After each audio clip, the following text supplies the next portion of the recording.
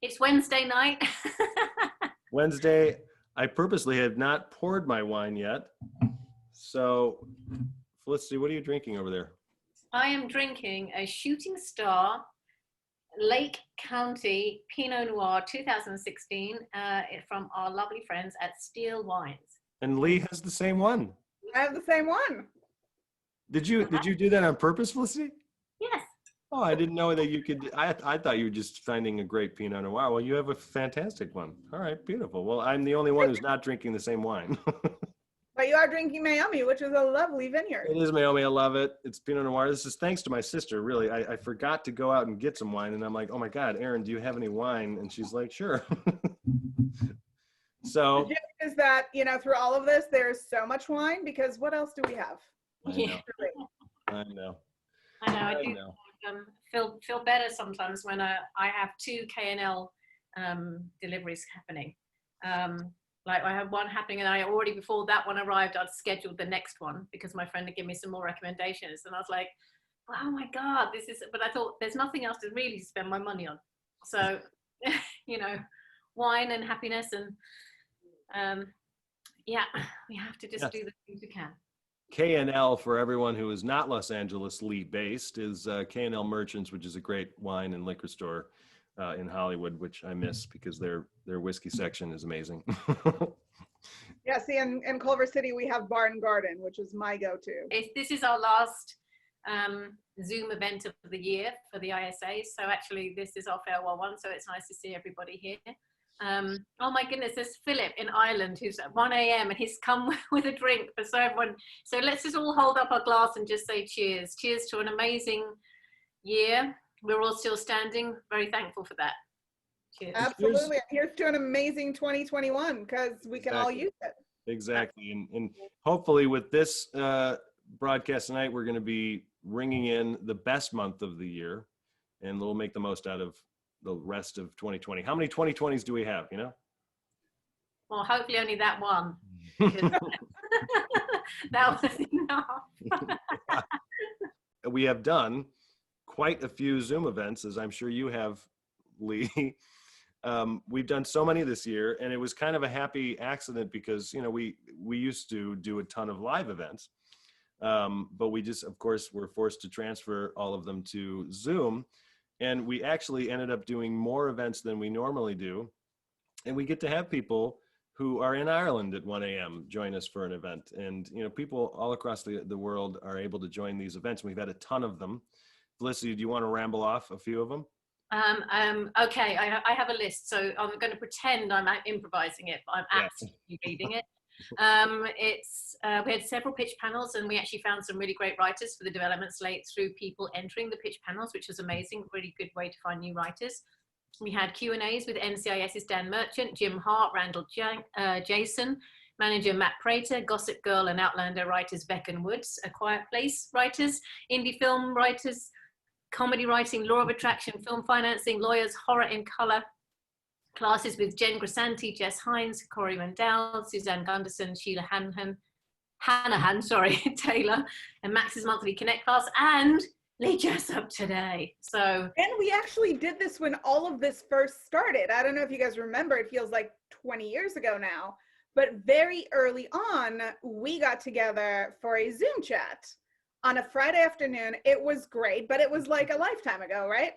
It feels like a lifetime ago. Yeah, I was wondering, because obviously we've had you on our live, in-person Wine Wednesday. That's right, we did have you on, and it was to talk about, obviously, the state of the industry at the time. And that, I think, is what everybody is wondering now. And just for everyone watching, if you don't know who Lee is, she's a career consultant for writers, really filmmakers, artists in general. And she studies the industry more than anyone I know. And you're a numbers person, which I love. So I love hearing about how many shows all the networks and studios are going to be producing, just because we all love the idea of trends. Can we follow trends? Our advice is always don't follow the trends, but it's just good to hear what's happening, what's going on. How is everyone reacting to just this crazy world that we're living in right now, especially the entertainment industry? Because obviously, and if you haven't heard, you should know that the theater exhibition world is kind of terrifying at the moment. And it's scary to think about what's going to be happening to the theaters moving forward. So obviously that then moves us into the idea of what's happening with features. Are we just going to be streaming them all for the rest of our lives and we're never going to go to a theater again? So there are a ton of questions we have, but I wanted to start with success stories. Felicity, you've had a ton of success stories with the development slate this year. And I'm putting you on the spot a little bit. I didn't prompt you for this.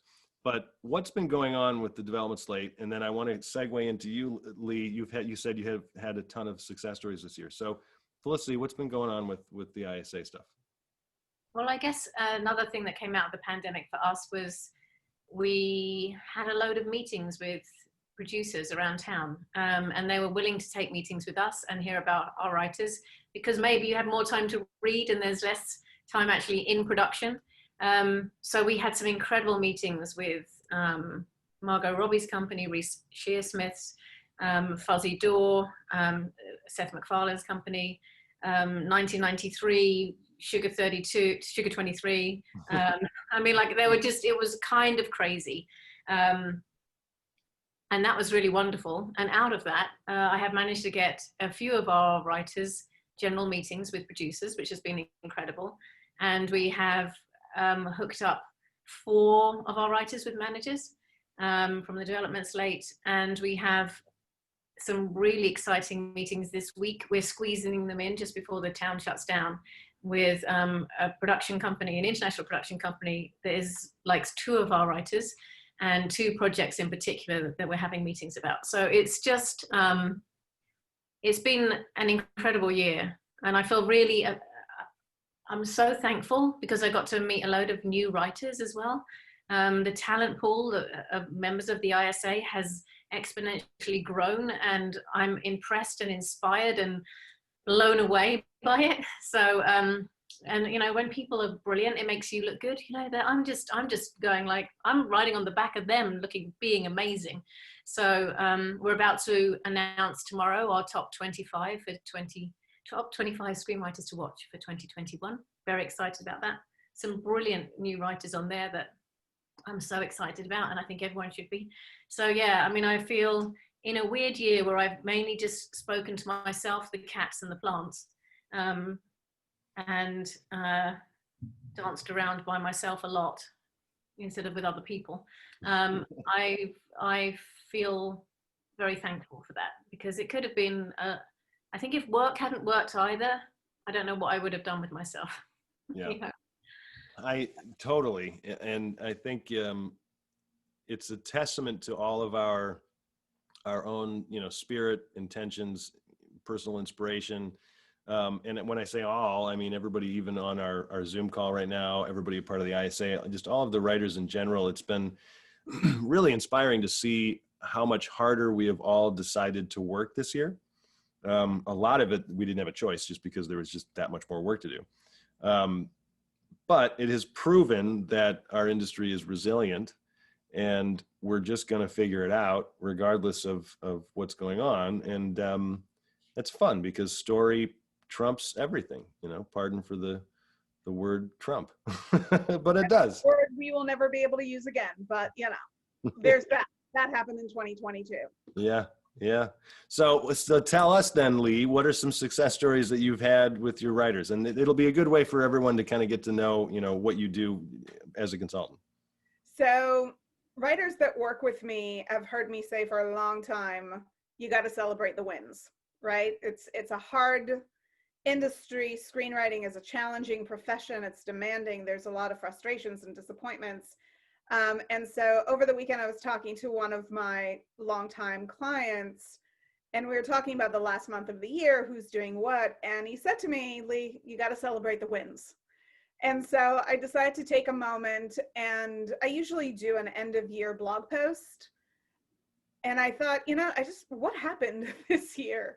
Let me think about what happened. And I suddenly had to take a step back and go like, wow, this has been an amazing year for a lot of writers that I've been working with for a long time. And, you know, I think it really applies. It was the best of times. It was the worst of times. Because I can say that professionally, this has been a crazy satisfying year for me. You know, starting with we're in December, Netflix is premiering Selena, the series, on Friday. This is a show that was created and executive produced by a client of mine, Moises Amora, who's ridiculously talented, that I met at a UCLA class that I came to speak at. You know, my client, Crosby Sealander, was discovered when he was finalist in the script pipeline contest with a script called Bring Me Back, which sold to Legendary in a bidding war for 7 figures. Wow. We have not seen a 7-figure deal for a new writer in a decade. I mean, insane deal. One of those things that Crosby was texting me late at night saying, it's a 7-figure deal. And my first thought was like, oh, it's Slate. He's really tired. Only to then go like, oh no, it's really actually a 7-figure deal. And it's not to say that those deals don't happen anymore, but they happen for Simon Kinberg. Right. Right? They don't happen for a guy who nobody knew 2 months before that. I knew him for a while. I watched him work really hard and fight and stay tenacious. You know, the list goes on and on. Eileen Jones, who's a longtime client, one of my dearest friends, participated in the LEP incubator and Margot Robbie's incubator and sold her pitch Highwayman to New Line, for which she just wrote the script. Greta Heinemann, who is my ride or die, sold her feature The Car to Amblin Entertainment that she just finished writing. My client Pamela sold a pilot to FX. I have a writer closing her first overall deal right now. So many writers staffed, so many writers signed. You know, the list goes on and on. It's Ted Campbell, who was featured by you guys, is now directing his first feature. I feel bad because I know I am dropping names that I should. Amazing. It was really an embarrassment of riches in the best time, because it was such a reminder. This year has been such a reminder that content is still king. And I think the interesting thing about Crosby's movie, about Bring Me Back, Crosby was really looking for a buyer who had his vision for a big theatrical spectacle. And that's what he got with Legendary. And I love that material is bought now, today, with the idea of theatrical exhibition. I can tell you that other movies that I've seen in development on the studio level are all big theatrical movies. They're not movies that somebody's like, oh, well, small screen. So while I completely agree that exhibitors are very scared and there's a lot of concern about where it's all going, the reality is that there is still a theatrical business model moving forward, at least in a way that it's being envisioned now. And I find that to be really encouraging in such an uncertain year. Yeah. Also know that numbers are continuing to go up despite all the cancellations, as far as episodic programming, because the reality is that while there will be a vaccine and people will go out again, we as a humanity, just as a group, have embraced our own vulnerability, which means that many more people will be staying home a lot more than they did before. And that's where entertainment comes out. So while this has been daunting and scary and what's happening in the industry and is production going, all of those things, what I'm telling you and what I'm saying is that content is being bought and made, and that is incredibly exciting. And I think the best part of this, obviously, in its the simplest form, is hope for everyone watching, is to know that this is happening not to just the A-listers, that writers who are still building their careers are still getting noticed, still getting their projects out there. And it's really not just, I mean, obviously it is to tout you, Lee, and your service, because there's something. It's honestly, sorry to speak over you, but this is the writers. Honestly, they've just let me on the ride. This is the writers. This is the work they're doing. They have earned these positions and these opportunities. I'm just here to help. And that's, you know, I love, you've always been humble, Lee. I think there's nothing wrong with owning up to some of that, but I think the point is that it's to show that it's possible. And I think that's the point of these Zoom events that we try to do is, I mean, even just from, I think what we've had, 3 pitch panels this year, Felicity. From those pitch panels, I think a quarter of those writers have been repped now, or at least they've had meetings with people, and they, like, just from our little pitch panels where we bring writers in and we put them on screen and we have people, our panelists, and they listen. So this is all good news. And I think before I dive into my questions, because my questions are kind of hard and some of them may sound negative, and I don't want them to be negative. And by hard, I mean, the reality of the situation. But I want to come from a place of we're moving into a year where there's going to be a lot of possibility and positive stuff happening. So let's just get into that, because, of course, I have to look at my questions and make sure. Well, while you take a look, let me just say that while breaking is still hard, and I think that it's still a challenging profession. I think that, at the beginning of all of this, in about May or June, I think it was June, Greta Heinemann and I were hanging out in my backyard. Greta is a writer who was on Good Girls and has a show in development at HBO Max and wrote The Car for Amblin. Socially distanced, having wine. And what she noted was, isn't it funny? Writers are always marginalized. And right now we're the only ones that are working. And writers were the only ones that were earning money for representation. Writers became incredibly important again on so many fronts, and with an unknown future, in the sense that we don't know if there won't be another shutdown, right? If there won't be another stay-at-home order statewide in California, if production won't slow down. We don't know whether or not these things will happen, but we do know that writers kept working through all of that. And I love that, because I love that writers can reinvent themselves, invent themselves, push their career forward by sitting down in front of their computer and doing their work.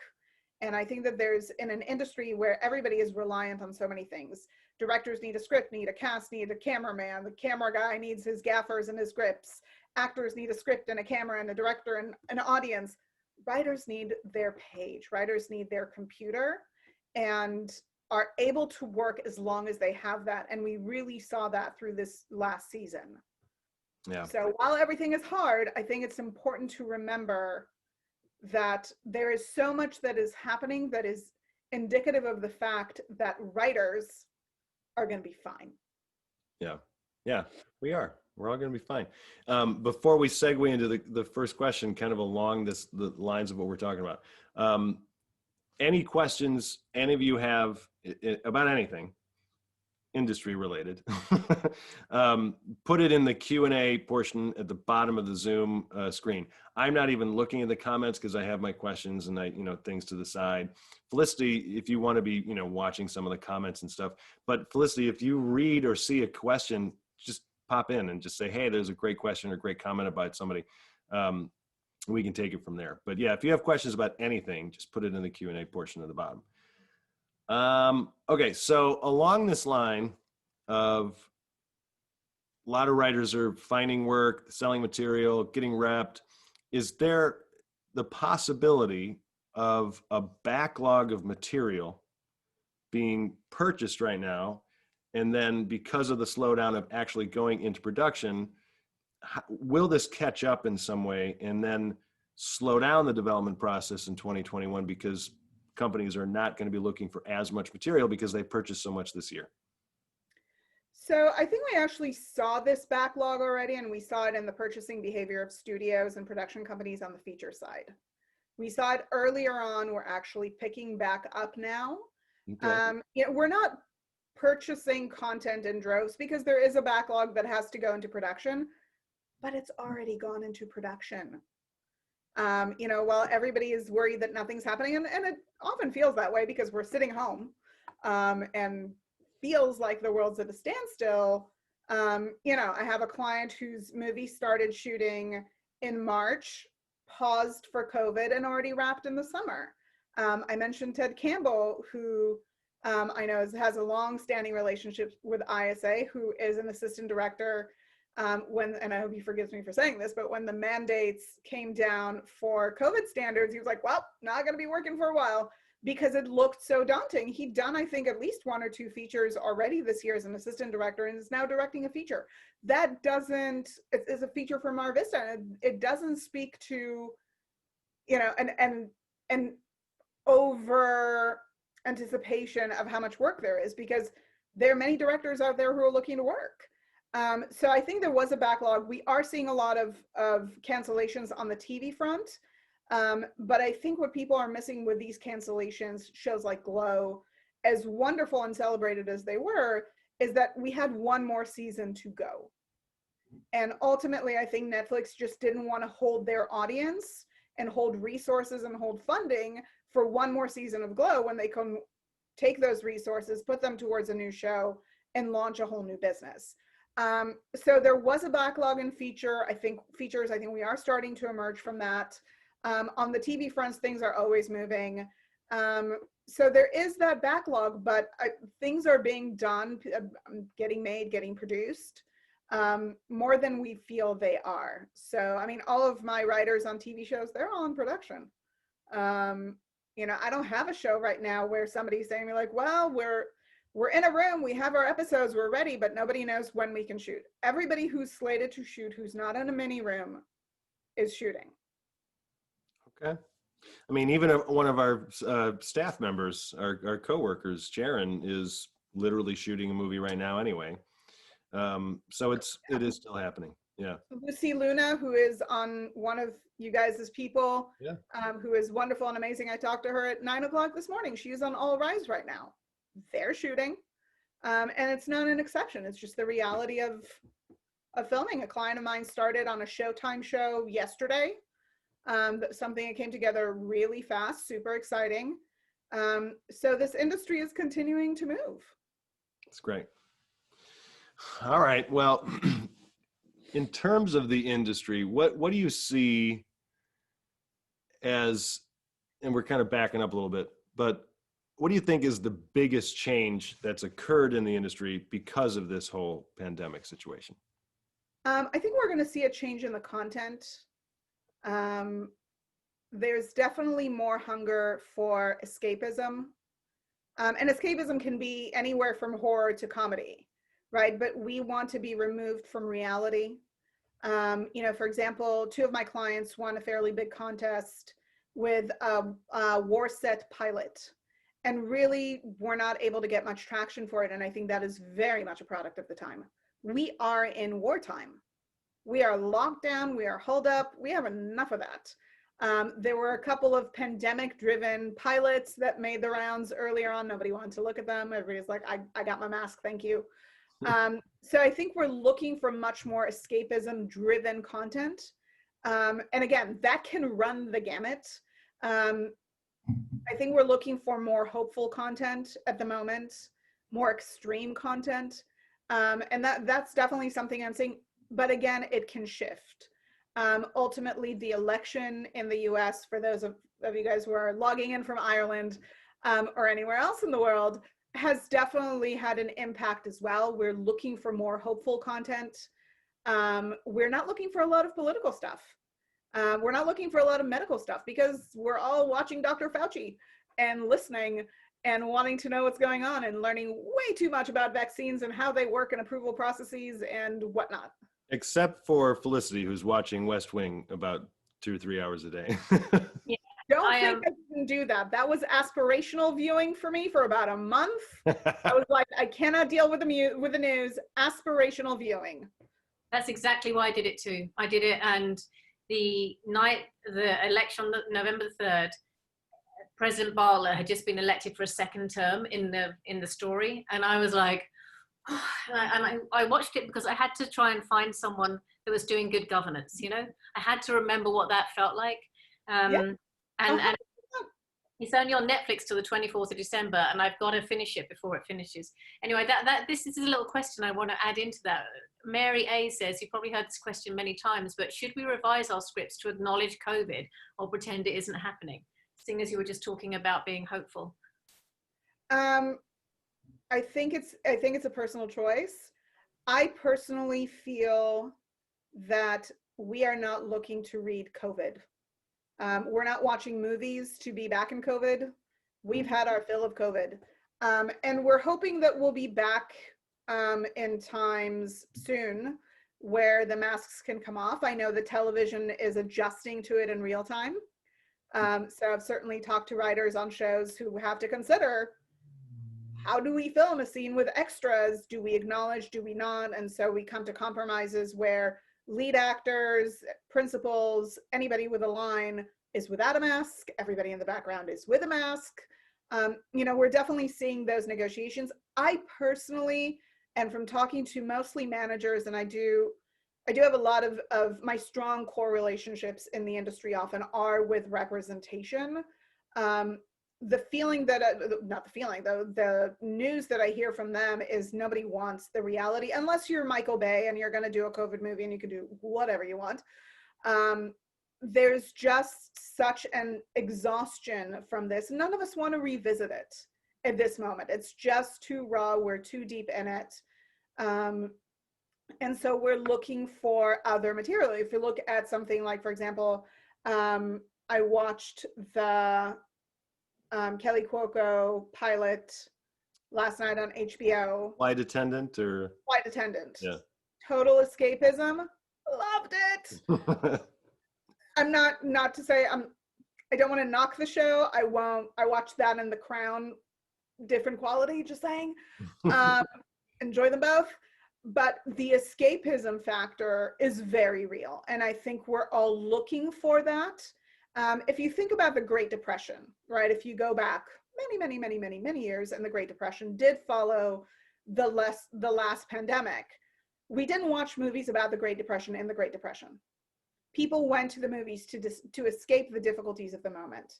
And I think that now, sitting at home, if you are on lockdown, you don't want to watch what you watch on the news also in your entertainment. You are looking for this escapism factor.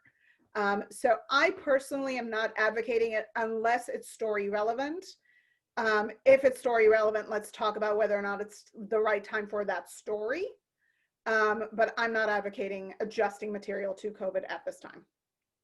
Yeah, I think Emily Goes to Paris was a perfect example of people wanting to be cute, be American, be in Paris, get all the boys. I mean, I was like very annoyed that she got all the guys. I felt like no one else had a chance on that show. Even people in long-term relationships, suddenly everyone fancied Emily. But I binge watched it in a like in bed, like in a slog, of binge on a Sunday. It's kind of like wishing I was in Paris and that I was 25 again. But anyway, other than that, let's not dwell. I totally agree about the escapism, and I think if everybody watching kind of thinks about what have I been watching while in my little shelter in place situation, you'll probably see that you've been looking for escapism stuff. And it's one of the reasons why I tend to watch even just non-narrative stuff, that it's not strictly reality. Have got me kind of hooked on the British baking show. And I watched the whole season this year. I have never baked a crumb. And I was like, all right, this is good. And I was like really happy for the guy that ends up winning, because it just felt like the world was normal, Yeah, it's calm and happy and kind, and people are nice to each other. Nobody's mean. Right. And we all, and there's a cake in the end. Like, how much better can life get? But to add to what you were saying is, the one thing that I can share is working with a lot of professional writers. I've had writers who at the beginning of this pandemic were on contract for open writing assignments for both features and TV. Not one of them was told, augment what we have to address Corona. And we're talking about fairly big studio fare with lots of extras, with big set pieces, with a lot going on. Not one note came down to any of these originals, be they features or pilot, where it was said augment for COVID. Now, I'm sure someone somewhere gave that note, so I'm not saying it wasn't given anywhere, but I think the expectation is that there is going to be a vaccine. We are going to be shooting. Anything that's developing now is going to take at least, if we're fast on the TV front, 8 to 10 months to get into production. If on the feature front, we're talking about 2 or 3 years. Nobody's going to augment for COVID. That's right. Right. It takes that long, even outside of the vaccine, to make get a movie into production anyway. Yes. Yeah, it's a good point. Felicity, any other questions that have popped up? I was just going to say that we have seen a few pandemic scripts, though. I think it's become kind of its own genre in horror. In indie horror, pandemic it always had a place there, and now it's more than ever. You know what I mean? I feel like it's kind of found a little voice there. But I guess with horror, you've also got all the other stuff that comes with it. It's not only about the pandemic, is it? It's about being scared and about the psychological stuff that comes with that. Yeah. And horror is a great place to explore our worst fears from isolation, from pandemic, from all of those things. I just don't think it has to be literal. By the way, quick shout out to my friend Christy, who is on right now, who always seems to find the time when I'm speaking somewhere to show up. So love you. Hi, Christy. And you know what? I have to mention, Meg Swertlow says, I could only watch Harry Potter the week of the election. I'm still watching Harry Potter. If it's on TV, I'm like, yeah, I'm going to watch it. Half-Blood Prince, I'm in. Do it. Okay, you've kind of touched on some of this as far as this question, Lee, and it's probably a relatively easy question here, but I know a lot of writers are thinking this, but is it true that more executives and companies are reading material and working on development during this whole thing? I will say, and it's true for both executives and representation, depends on the individual. I've definitely talked to those people who are like, sitting at home, might as well read, don't have anywhere to go, don't have anyone to see. And then I've talked to those people who are like, well, I have 2 kids and my wife works full time, so she gets them half the day and I get them half the day, so now I only work half time, so I have time for nothing. I do think it's a 50-50 split, but I do think it's still worth approaching people and trying to connect. You never know. I mean, has it made these industry pros, we'll say, more accessible? Some of them, yes. And I think you will see, first of all, we've seen a huge move to management since the pandemic started. Well, out of the agencies too, though. Out of the agencies, out of production, there has been we probably can't call it a huge migration at this point. It was. Because alongside all of this, let's not forget everything that this pandemic has changed, right? When I was in the beginning of March talking to friends in representation, everybody was talking about the strike that we were heading into, that I'm sure you guys heard plenty about. Yeah. No strike. We cannot strike. There is not going to be a strike. We already had a work stoppage. Thank you very much. In addition to that, the fight between the ATA and the WGA was raging. Very quickly, UTA signed on, ICM signed on, Paradigm, lovely people could just, simply due to circumstance, could not have played their cards worse. Not their fault, not blaming them, but did not work out in their favor. They ended up laying off a significant amount of agents right at the end of March. You suddenly saw a lot of agents from their group, and we're talking big agents like Martin Spencer, who's a huge feature agent. Ended up going to A3 along with a lot of other agents. And a lot of agents went to management and a lot of producers went to management. So we did see this migration. So we are seeing management businesses building, which is always an exciting time. And I always look at the construction of management business as an indication of where the industry is, because when you are building up as a manager, you are commission-based. And if you're just starting out as a manager, you're not going to be getting the big clients. Nobody's going to be knocking on your door that's already making a ton of money because they have their reps and they're fine. Instead, we're seeing young managers coming in. I've been introduced to a bunch. There's somebody that just emailed me today for an introduction to just meet and say hello and what's happening and who are the writers that they should know, where should they look, who should they talk to, yada, yada, yada. So we are seeing a huge migration there. And that's where I will say there are people that are extremely busy and stretched thin and, 3 children at home, if not 5, who are all between like 1 and 2. And my heart goes out to them as the mother of children. Oh my God, so sorry. But there are also a lot of ambitious young managers, young executives who are taking on more reading, who are taking on more clients, who are seeing this as an opportunity to grow. That was a long answer, but no, I like it though. I like it. I mean, Adam Patchter says here that he's written his 38th script and he feels it's the best script of his life.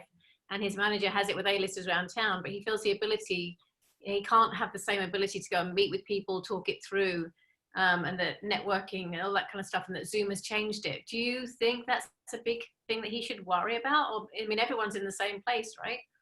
well, first of all, I know Adam, so hi, Adam. Thank you so much for jumping on. Nice. I will say that we are by nature a very tactile business. We like to be face-to-face. We like to get to know people. That's not available for anybody right now. So the fact that you don't get to do it means that everybody's not getting to do it. And certainly Zoom is not the same, but we are dealing with what we have to deal with. So, you know, I certainly have writers who've done a lot of generals. I certainly have writers who've done pitch meetings. There is a question of where we're going and kind of moving forward. Even after all of this, will all generals be in person? I'm not quite sold on that. I'm sure that pitch meetings, I'm sure that, you know, those big content-driven meetings will be in person because you want to know who you're buying from. You want to sit across from them. You want to understand what their energy is like.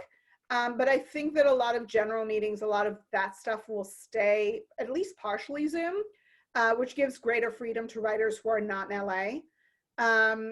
There's definitely a deficiency in this industry not operating like it knows how to operate and how it likes to operate, which is face-to-face. No question.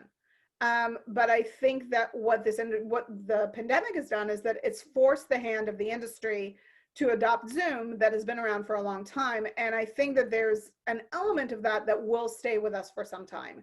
I think that feature writers not living in LA are going to have greater freedom than they did before. I don't think it'll change writer's room in the long run. Nobody likes a Zoom room. Even just writers who live in Silver Lake and need to take a meeting in Venice. Yeah, 100%. You know? I have a writer in Pasadena who's a big writer who, you know, her reps would always schedule like a 2 o'clock in Santa Monica. And her thing was like, 2 o'clock in Santa Monica means I have to leave the house at 12 or 12:30. And it means that I'm not home until 6. Yeah. There's my day. Yeah. Those things won't happen so much anymore for just a general, not to diminish the value of generals. I think that when you're buying or talking about going into development or doing pitch meetings, yes, there will be in-person elements in that. But I think that this is forcing the hand of the industry to adopt a more digital platform for introductions. And I think, you know, this whole year, if you really look at what's happened, and Felicity, you can speak to this just because you've got your finger on the pulse because there's so many writers in the development slate. The type of material that is now being considered more often compared to previous years is opening up a wide breadth of diversity and new voices. And I mean, what have you noticed, Felicity, over the past year in terms of what managers are looking for, what companies are looking for? There's a, you know, again, I'm using that word trend, but there's a trend going here. Yeah, no, I actually was speaking to a very big manager the other day, and he was asking me to send him some writers. And I was like, I do have a couple I could send straight off the bat. I just want to warn you in advance. They are older white dudes. And he went, that's okay, you're speaking to a white dude. And I went, okay, that's fine. I just wanted to warn him because I feel like there has been such, you know, I hate to say it, it seems like a mean thing, but there's been definite move away from older white dudes. And I'm sorry, older white dudes. It's difficult for me because I think very often the writers we have on the development slate are second careerers, you know, they're people that have had another life and then come to this another time. Or we've had people that have been writing forever and they've been on the slate for a long time. So it's not to dismiss anyone, it's just saying there's room at the table for everyone. And at the moment, as we make the playing field more fair, there's been a definite search for and wish for diversity. And diversity meaning women, it's kind of an amazing thing, as well as people of color, differently able people, writers with disabilities, and that includes physical and mental differences. And there's been a big push towards authenticity. So to really be the person that can tell the story. I think it's been happening with actors too. It's across the business. There has been a big move towards being real, having experience than to be in the room. So I'm glad, because I think actually it will help everybody. It will help the male characters. They don't just have to be the heroes. It will help women characters that don't have to be mothers and a prostitute. It will, you know, it will spread so much. It will make the ability to make everyone's characters more interesting and have a more open, more in-depth dialogue about what it is like to be a human on the planet and the stories we tell. So I'm excited by it. And if I offended any white dudes, I apologize. I'm an old white dude. I'm not offended. I get it. I mean, there's a rebalancing going on, and I'll hold on one second, Lee, because I'm so excited about this, and I've shared this on other webinars, but I totally binged and fell in love with the animated show, The Dragon Prince on Netflix, about a month or so ago. And it's totally up my alley in terms of genre and everything. You know, it's not for everybody, but really enjoyed it. But what I loved is that this is a fantasy animated show for the young adult, if you will. And they had a character that was deaf and only ever signed. That was how all of her lines, and she was a prominent character. That was how all of her lines were presented, and they weren't subtitled. They had other people reacting to her. And I heard stories that the showrunner heard that, you know, a father of a son was so happy because the father's son was also deaf, and the son came running into the kitchen saying, "Dad, she's just like me." So it's small things like that that just, it changes the perspective of the viewing audience, which I think is long overdue, because that perspective has always been predominantly white male. Always has. And growing up, you don't realize it. At least I didn't, because I was a white male, you know, but other people do. And I think that shift is even louder this year because of the pandemic, because it has just been magnifying everything. I have to agree with that. And I think it's so important to see representation across the board. And, you know, I think the nice thing about the corporate environment of television is that there is some level of accountability that is being implemented there. You know, I think a show like Never Have I Ever is so important, right? A high school show I where haven't seen it. three leads, not one of them a white woman or a white girl. And it's about damn time. I think we're lacking in representation. I've certainly seen my diverse writers get more attention than they have before, which for the record is not saying that much, because I've been told things some years back that infuriate me, like, and forgive me for saying them, but this is stuff that was said to me, Asian women are too meek. You can never put them in a comedy room. Everybody will talk over them. Women can't write. African-American people can only tell Black stories. What? Can men only tell men's stories? Can women only tell women's? Hold on.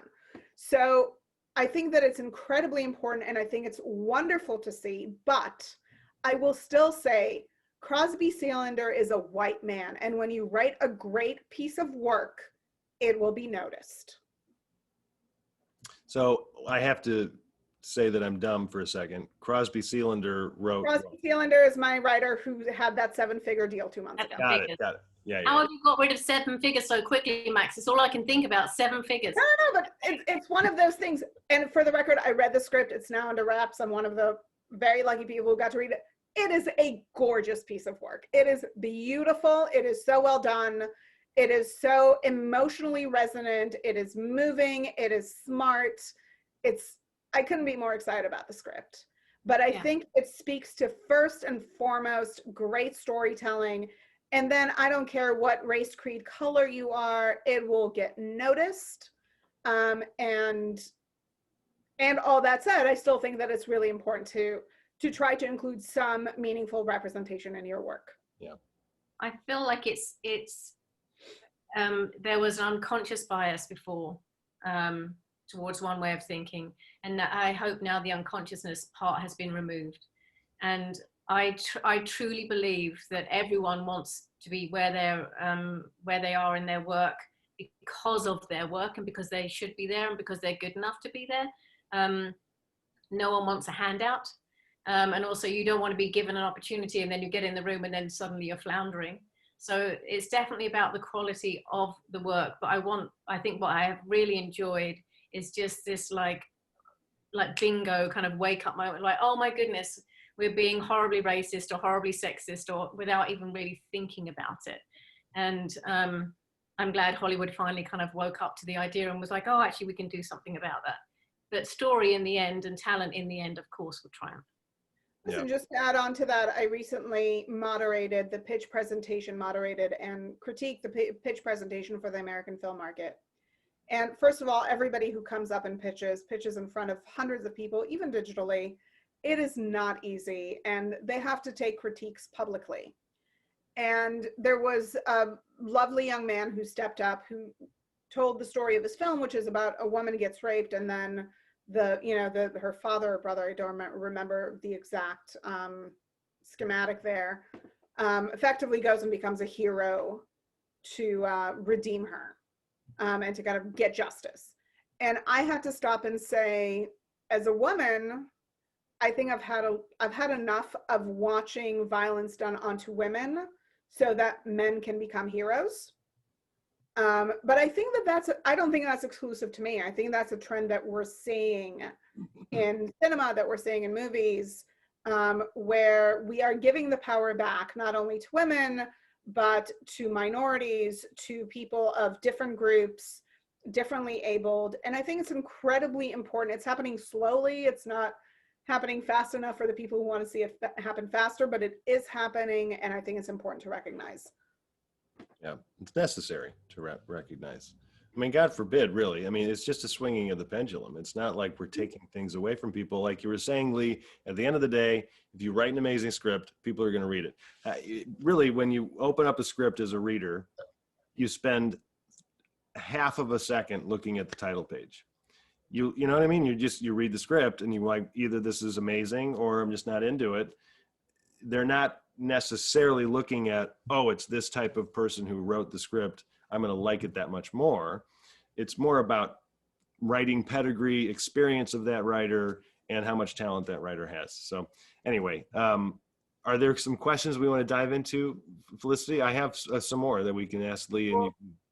There was a question about can you remind, that was from the thing, can you remind, oh yes, the deaf character, but it's the Dragon Prince. It's been sorted. The Dragon Prince, yeah. I just wondered, we did have one, Chris Plain says, and I wondered, this is a bit of a kind of like veer off, but we did just talk quickly about pitching. I think could you give like a potted like 5-second, put this in your pitch and then you'll be happy? Because I guess this is kind of what we're talking about. So there was someone else asking about, will Zoom allow people that are differently abled or disabled people more access? So if you are, what can you do if you're on Zoom and you're pitching and you are kind of like meeting someone for the first time? What's the best way to present yourself so that they're going to think, I need to work with that person? The cheap answer is look at the green light. The less cheap answer is look to connect yourself to the work that you're presenting. We are trying to find ownership today from the storyteller to the story. So why is this your story to tell? And another thing to really think about when you're writing and when you're pitching is emotional resonance.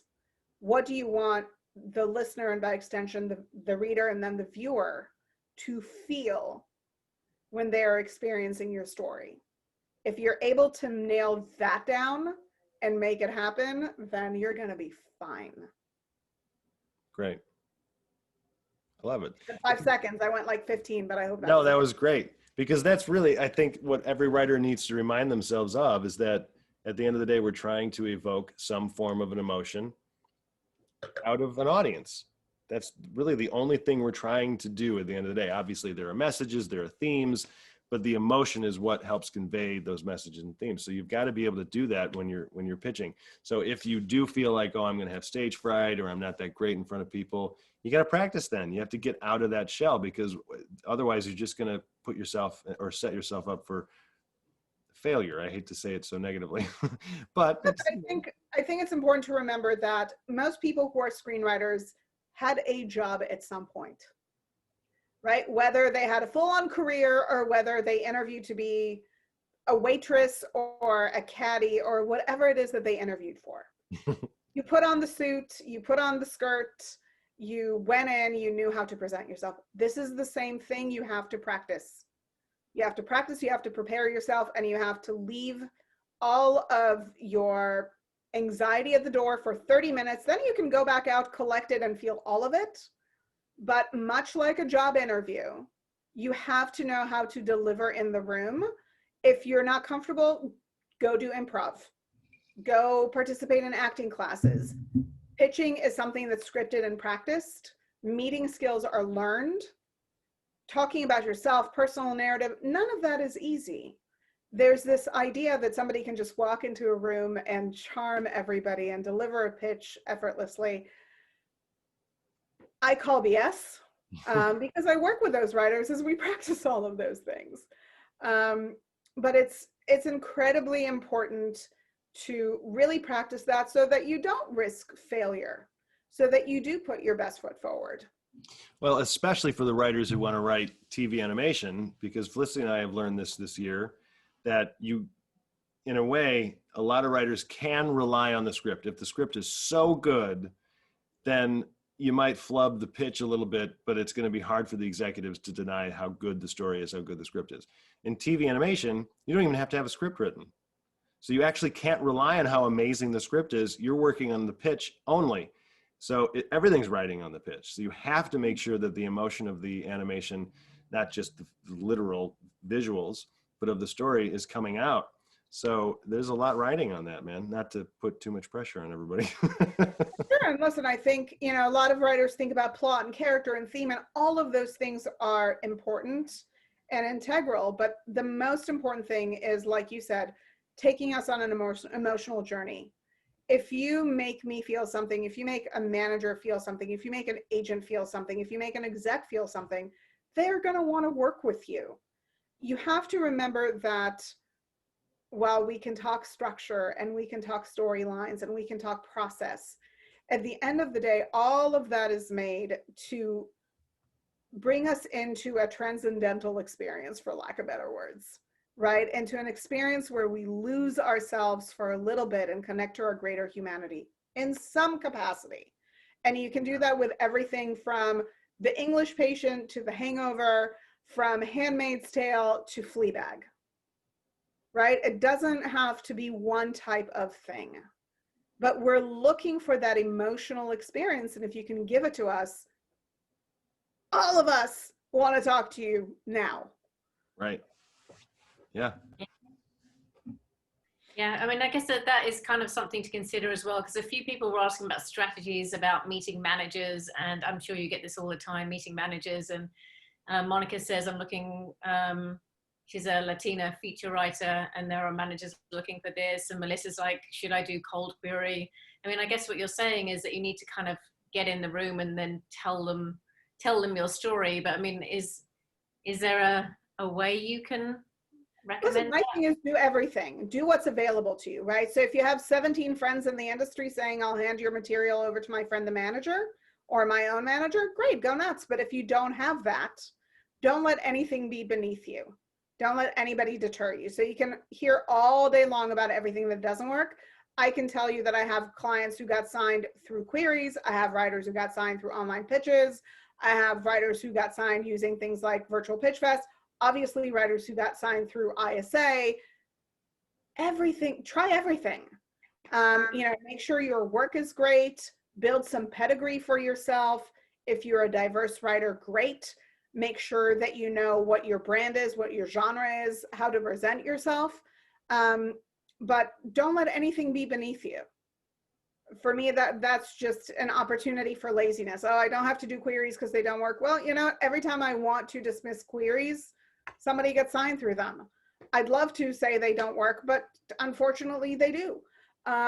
Or very fortunately. And if anybody has been a novelist out there, they know how important the query letter is, and you're just going to have to do the query process. And I sent out, I think, 27 queries for my book, and I got rejected by all of them. But you just have to figure it out. Query letter writing is really an art in and of itself. And so you should be doing the research to make sure you know how to do that.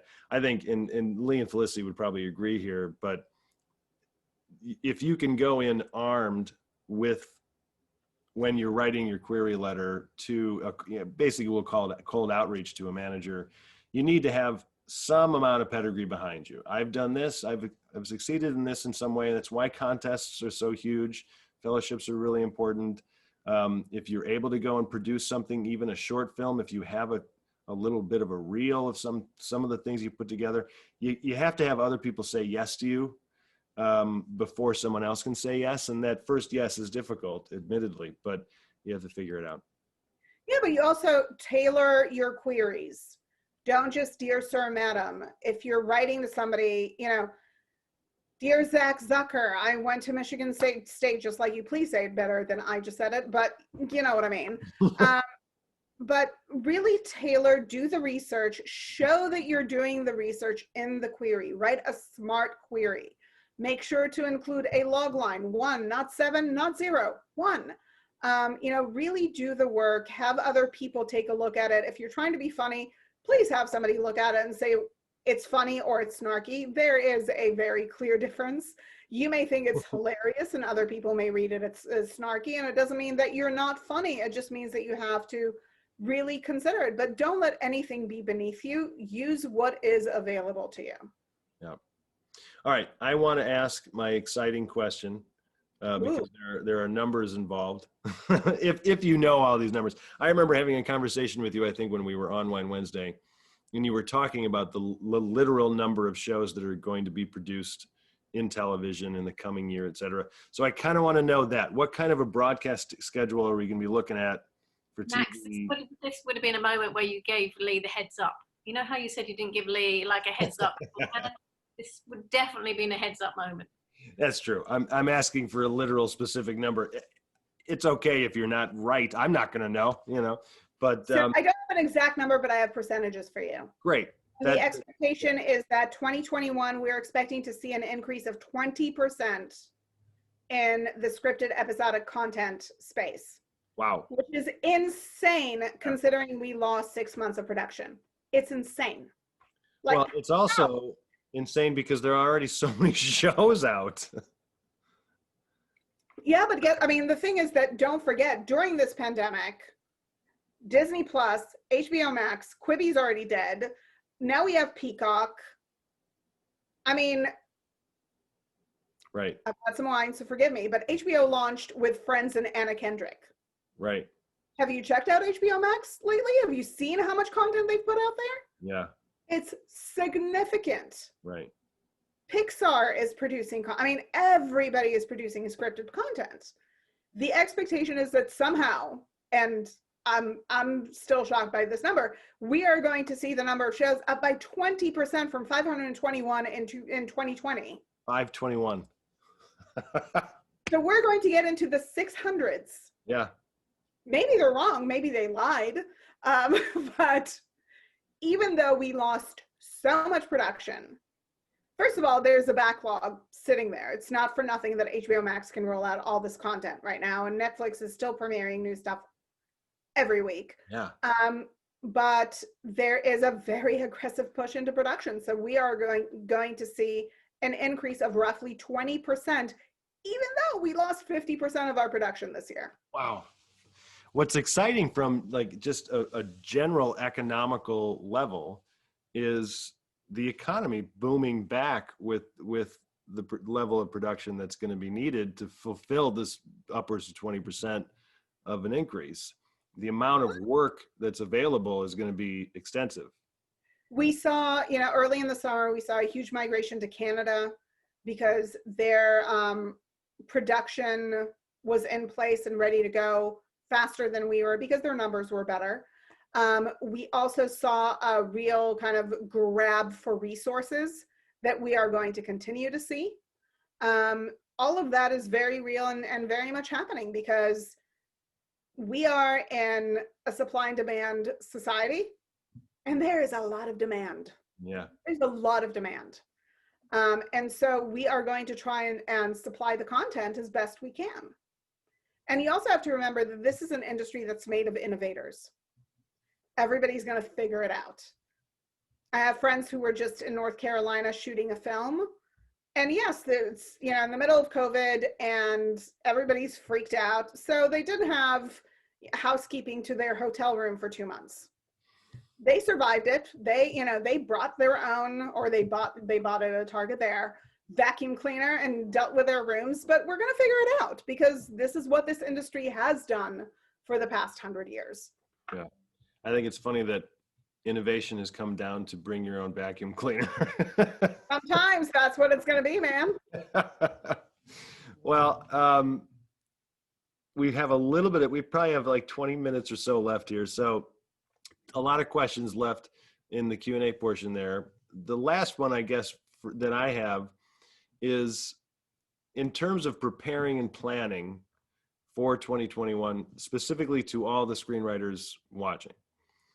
What should they be doing?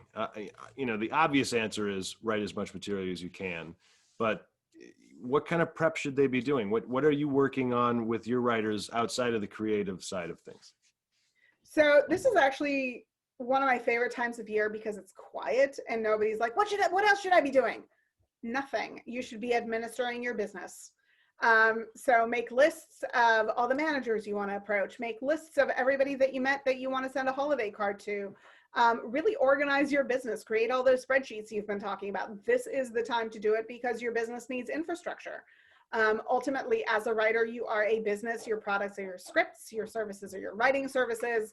You need to keep track of everybody that you've ever met, watch a lot of content, know everything that is in your space, watch it, read the scripts, do the investigation on the production companies that make content in your space, really do the research and study. And then drive yourself to write a lot more, and to push the content forward, to write better, to write more, to write emotionally resonant material. Love it. I love it. Shoot, I had a segue there, but then I just saw a lot of wows in the comments and I'm like, yeah, it is wow. It really is a level of wow. What other questions do we have from the Q&A portion, Felicity? Anything that, I mean, there are so many questions. Oh, that's what I was going to ask you, Lee. This is an easy one, but what sites, and I know a lot of writers are like, okay, I know I should be reading more screenplays. How do I get those screenplays? Email me. I have Dropboxes full of blacklist scripts, which are the most liked scripts in the industry for any 1 year. So I have 2018 and 2019. I'm waiting for 2020. That should be in about 2 weeks. By the way, this is the week when Hit List and Young and Hungry should be coming out. Haven't seen them yet, but waiting. So anybody who wants to break in should be reading blacklist scripts every year. The blacklist, and I'm talking about the list, not the website, two different things. Same brilliant mind, Franklin Leonard, just different services. The list itself is a list that's voted on by industry executives of the most liked scripts in the industry for a particular year. That comes at the end of the year every year. And all of us who kind of circle the industry have Dropboxes full of these scripts. So email me, lee@leejessup.com. Fairly simple. Great. Well, Felicity and I need to be emailing you for those too. Not that we don't have enough scripts to read anyway. Felicity reads even more than I do, but all right, great. But there are also ways, just for everybody watching, you can probably Google a movie name and PDF, and you're likely going to find the produced movie. And you should be doing that. You should be. There's a website called Screenplayed, where you can watch the movie and see the screenplay at the same time. Great. Screenplayed. What a Don't great ask me idea. why I know this stuff. No, come on. That's a great, yeah, it's great. Felicity, you're unmuted. What do you got? Well, I thought maybe we could go through a few of these questions. Let's do it. And they're going to be kind of, rather than having that lovely kind of cohesiveness that Max had. Mine are going to be much more random and just kind of like completely left field. So John Harden, he is on the development slate and a fantastic writer. We're big fans of his. Says, what's the current conventional wisdom on spec TV scripts? It used to be write for one show, like the one you want to write for, not the show itself. Is this advice many years out of date? Follow up once you have the spec, what's next? Career manager, say I want to write for a show. So what's the kind of feeling around spec scripts now? Again, there is a language barrier going from features to TV. So in features, a spec is an original spec script. In TV, it can be a spec pilot that is an original pilot, or it can be a spec episode for an existing show. We no longer really have broad reception for spec episodes for an existing show.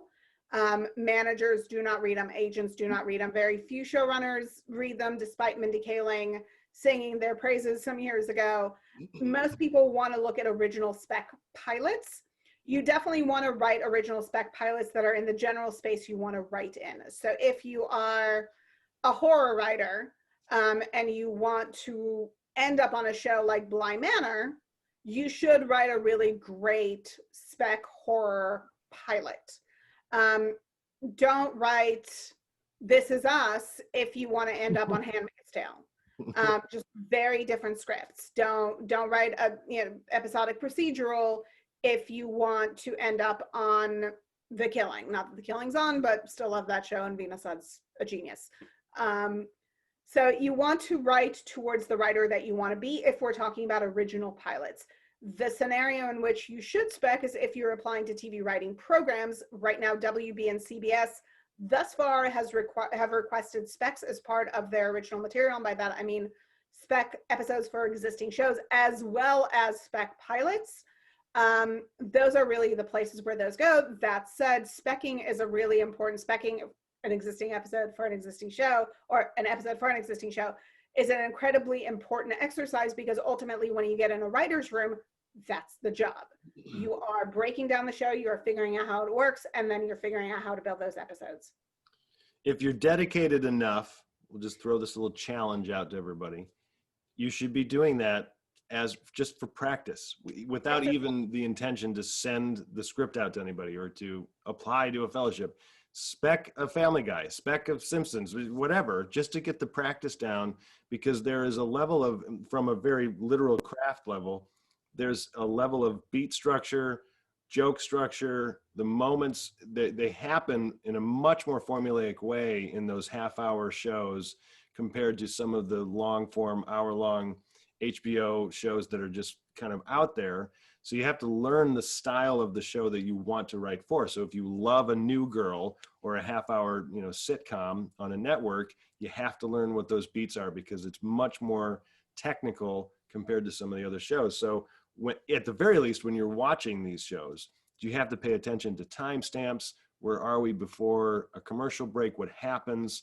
What's the feeling? Because every episode pretty much acts that way. Felicity and I watched virtually the entire series of Friends over maybe a 2-year time frame, just for the fun of it.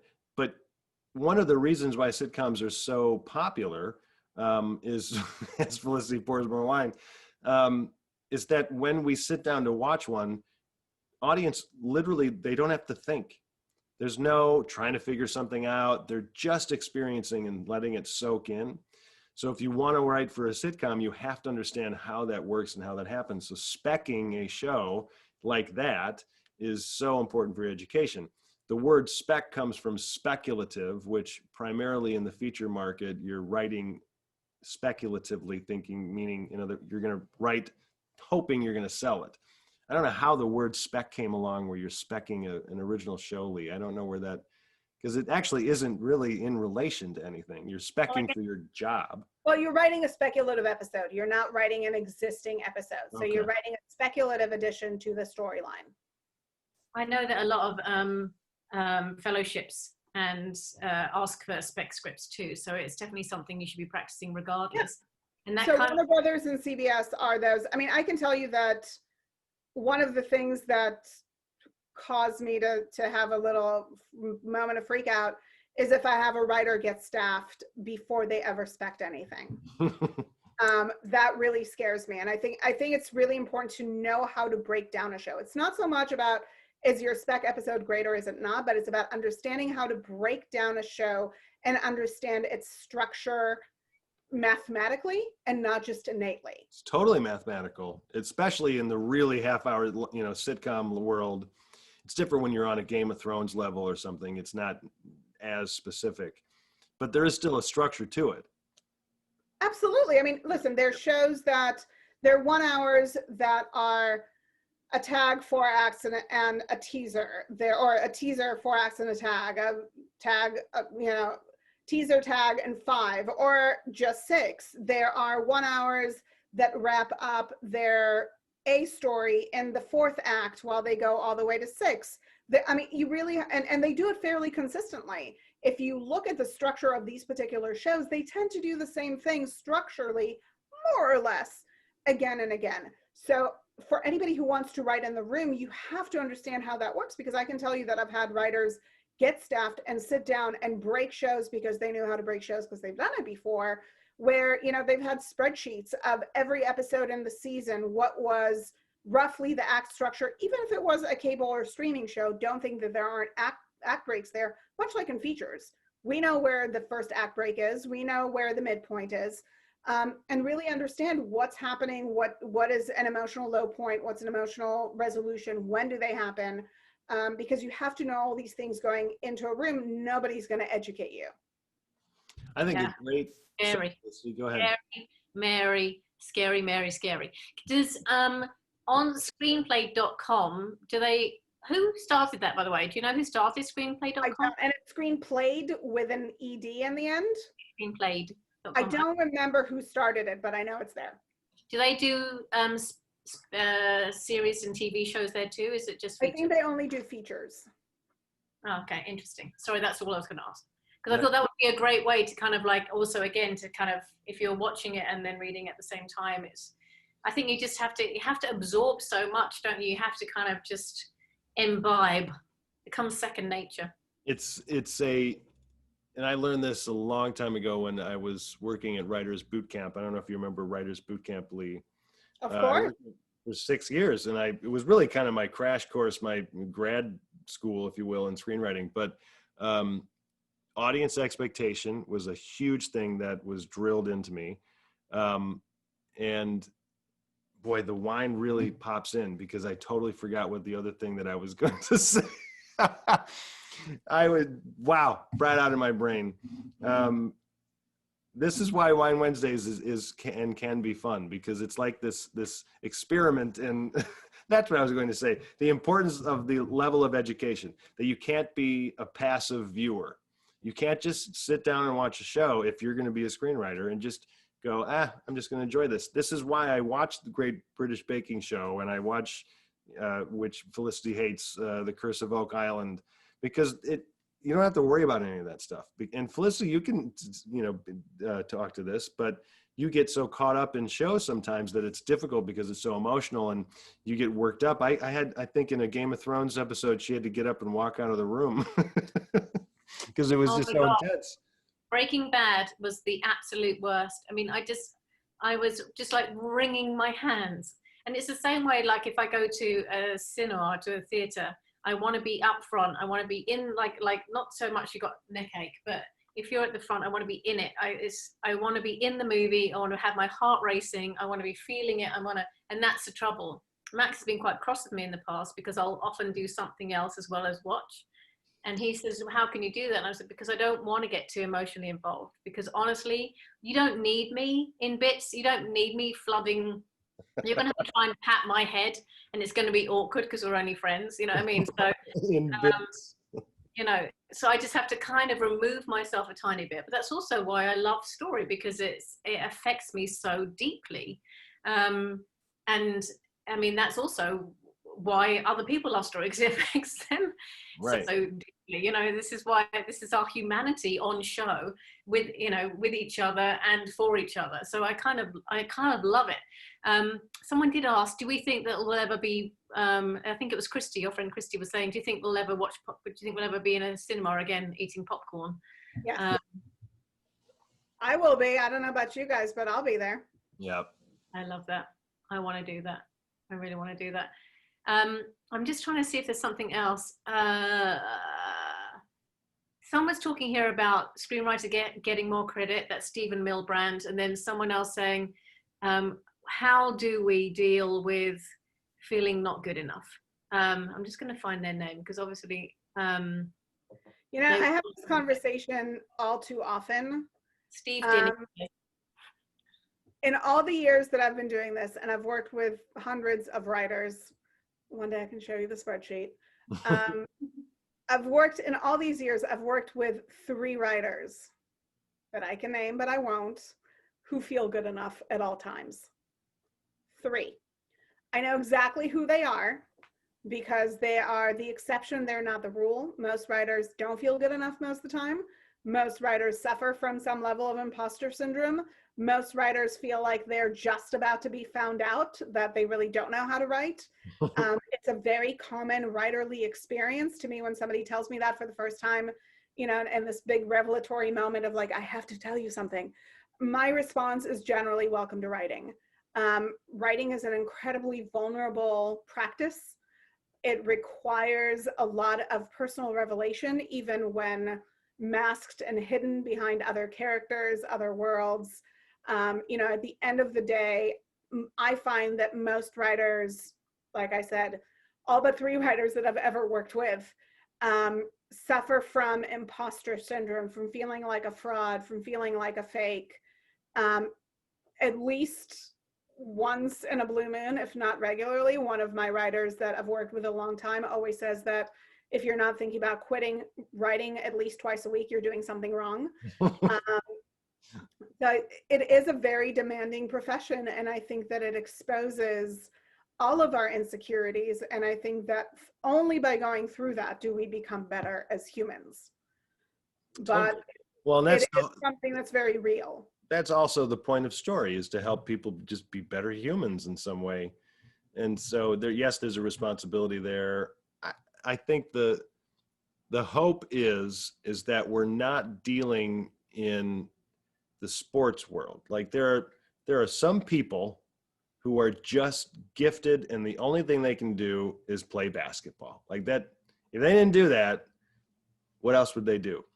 And in baseball, there is a major league and there's a minor league, and it's extremely difficult to get to the majors because of just physical attributes that some people are born with. When you look at football, I cannot grow my skull to be bigger. Like some people are just born huge. And yes, you can say in some ways with screenwriting that some people are born gifted, but that is much more few and far between in comparison if you want to look at athletics. This is a very learnable craft, but what you really need to learn is learn your own vulnerability, and because that vulnerability is what other people are going to be connecting with, and that's ultimately your voice. So asking the question, am I good enough? We're always going to be asking that. It's more about how do I become better? And that's just ultimately through education. Yeah, and I think it's also about how do I let it go when I don't feel good enough? Because you're going to feel it. You're going to have those moments. And so what is the support system that you have in place? Who are the other writers that you rely on? Who can pull you out of that moment and get you back to a reality in which you've been working hard on your craft, in which you'll write good things and you'll write less good things. It's just part of the drill. None of them are going to be an indication of your imminent failure, but where you can continue on and thrive and be supported and continue to do this thing that you are compelled to do that gives you a level of fulfillment and satisfaction. Yeah, I mean, I think I always say to the writers, and I'm sure you feel it too, is that we see you on the page. So good luck trying to hide that. Yeah. And to be honest, we want to see you on the page because that's what makes us fall in love with you. And in any meeting, in anyone reading your script, in any time you pitch yourself or put something forward, please know that the other person wants you to be brilliant. They want you to have written the best script they've ever read. They want you to have the best pitch they've ever heard. They want you to be the best candidate for a client as a manager that they've ever taken on. we talk ourselves in the other way around, but try and be the person. Try and think if you were the manager or the producer or the person looking for that script, and how they would be wanting you to be, and remember that. And go in with thinking, if this, it's just you putting your heart on the sleeve, all things, but we love you for it. But honestly, they want you to be brilliant. They don't want you to fail. They want the opposite, in fact. So remember that. And I think try and take a deep breath, say your name to yourself, remember who you are, and then kind of go in with confidence, because they want you to be brilliant. And so do we. I mean, we want brilliant stories. We want to change the world. We want to make it a nicer place to be a human. So I hope your story is doing that. I think that's a good way to kind of, put an exclamation point on a really fun Wine Wednesday. It's weird that we're doing Wine Wednesday again, Felicity. It's been a while. I don't know if this is going to be a regular thing coming in 2021. I think, if we, it's a little bit just the energy is better when we're both on the same camera. But we're going to try to make it happen in some way in 2021. We're going to try to make a lot of things happen in 2021, like go to a restaurant. But a huge thank you, Lee. It's always just so much fun and informative, and we're always impressed by you every time you come on. So thank you so much for having me. It's such a treat and such a pleasure, and I really appreciate, first of all, seeing you guys whom I've missed in this, four-world world that we've all been living in, but also spending time with your writers who've all been so active on the chat and the Q&A. So thanks for having me and giving me the opportunity to come and hang out a little bit and sending me some really good wine. Right. How can people find you, Lee? What's the best way to people to find you? My website is leejessup.com. My email is lee@leejessup.com. I'm fairly easy to find out there. I'm on Twitter at leezjessup.com. Z as in zebra, so Lee Z Jessup. I'm fairly easy to find, and if you don't see the red hair, it's not me.